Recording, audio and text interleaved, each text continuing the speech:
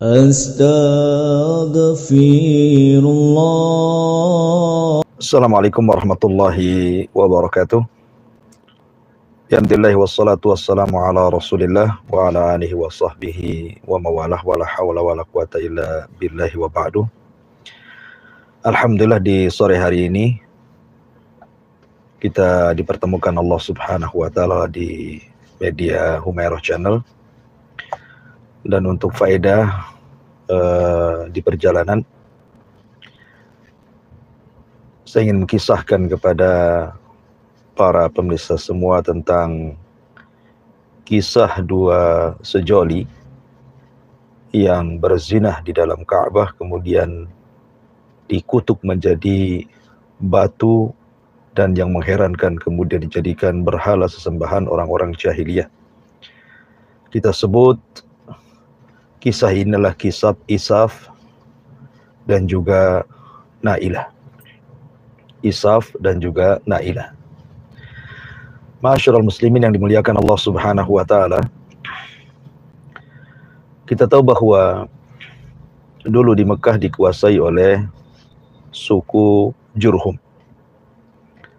Di masa Nabiullah Ismail alaihi salatu wassalam, Ismail menikah dengan salah satu wanita Jurhum, kemudian diceraikan. Kemudian menikah lagi dengan salah satu putri pembesar Jurhum. Kemudian dari keturunannya sampailah kepada Rasul sallallahu alaihi wasallam. Kemudian Jurhum menguasai Baitullah Al-Haram, Makkah, tapi kemudian diserang oleh kabilah Khuza'ah, dan akhirnya kemudian Jurhum pun kalah.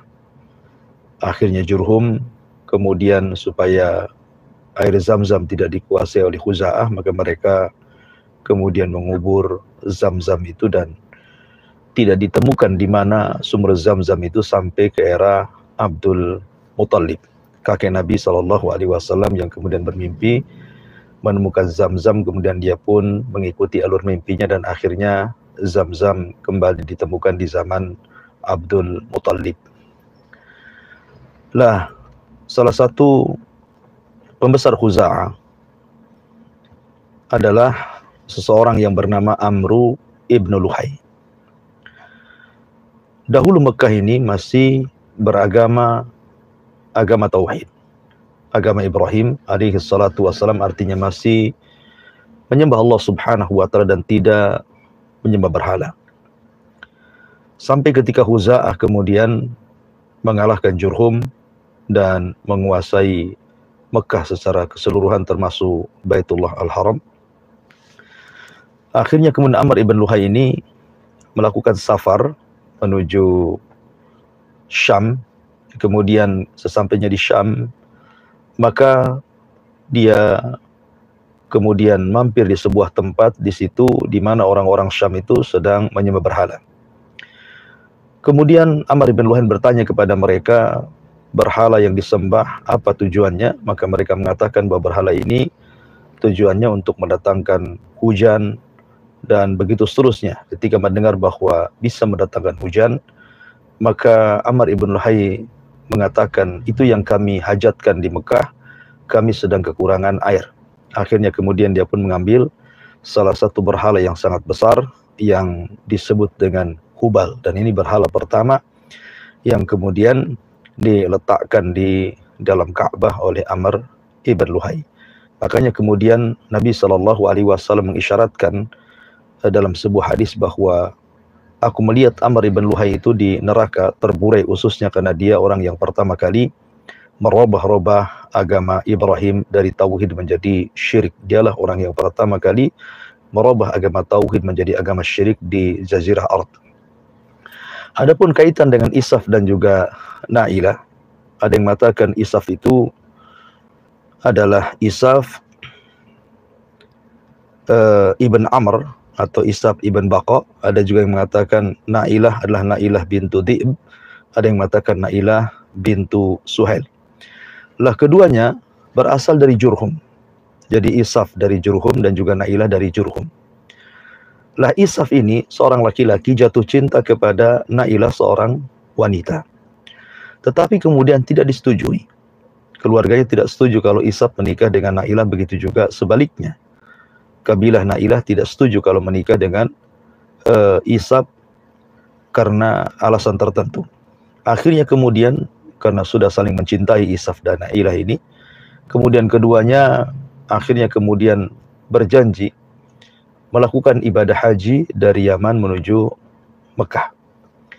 Maka berangkatlah keduanya dari suku Jurhum ini, dari tempat dia menuju Mekah. Akhirnya kemudian ketika sampai di Mekah, dia pun melaksanakan, keduanya melaksanakan haji. Tetapi kemudian ketika saat tidak ada jemaah haji, artinya lagi kosong, tidak ada orang yang tawaf, maka keduanya masuk ke dalam Ka'bah, kemudian berzinah di dalam Ka'bah. Auzubillah. Lah ketika dia berzinah dalam Ka'bah itulah maka Allah Subhanahu wa taala mengutuk keduanya, kemudian dijadikan batu keduanya. Lah ketika kemudian keduanya dikutuk menjadi batu, akhirnya kemudian orang-orang pun semakin menganggap bahwa Baitullah Al-Haram, khususnya Ka'bah, memang tempat yang suci, tidak boleh orang bermaksiat di situ. Dan ini menunjukkan tentang kemuliaan Ka'bah. Maka siapapun yang melakukan maksiat di situ, maka Allah Subhanahu wa taala akan berikan adab secara kontan. Akhirnya kemudian orang-orang pun untuk menjadi ibrah dan pelajaran, diletakkanlah Isaf di Safa dan juga Nailah di Marwah, supaya dilihat bahwa siapapun yang melakukan kejahatan di sekitar haram, maka nasibnya sama dengan Isaf dan juga Nailah, akan dikutuk menjadi batu. Tapi kemudian berjalannya waktu ketika syariat tauhid hilang sedikit demi sedikit di Jazirah Arab, karena memang Jurhum sudah tidak berkuasa lagi dan dikuasai oleh Khuza'ah. Sementara Khuza'ah ini dipimpin oleh Amr ibn Luhai, dan Amr ibn Luhai ini seseorang yang pertama kali merubah agama tauhid menjadi agama syirik, dan dia yang pertama kali meletakkan Hubal di Ka'bah. Bahkan kemudian memerintahkan kabilah-kabilah sekitar Ka'bah itu, kabilah-kabilah yang jauh yang datang untuk haji ke Baitullah Al-Haram, disuruh mengambil batu di Mekah, kemudian pulang dijadikan berhala di rumah-rumah mereka dengan anggapan karena itu adalah batu yang suci, berhala, dan dijadikan sebagai Tuhan selain daripada Allah Subhanahu wa taala. Lah lambat laun yang tadinya Isaf itu dijadikan ibrah dan pelajaran bagi siapa yang melakukan kemungkaran di sekitar haram, malah kemudian oleh Amr ibn Luhai, orang-orang pun kemudian disuruh untuk menyembah Isaf dan juga Nailah, naudzubillah. Bahkan sebagian mereka ada yang menciumnya, sebagian mereka ada yang mengusapnya, sebagian mereka ada yang bernazar menyembelih di situ. Dan subhanallah, ini kesyirikan yang luar biasa. Akhirnya kemudian bangsa Arab pun lambat laun akhirnya kemudian menyembah patung Isaf dan juga Nailah yang ditenggerkan di Safa dan juga satunya di Marwah. Dan ini menunjukkan kejahilan orang-orang jahiliyah, maka wajar zaman itu disebut zaman jahiliyah, karena jahil, ya kan, tidak paham kalau itu sebuah kejahilan.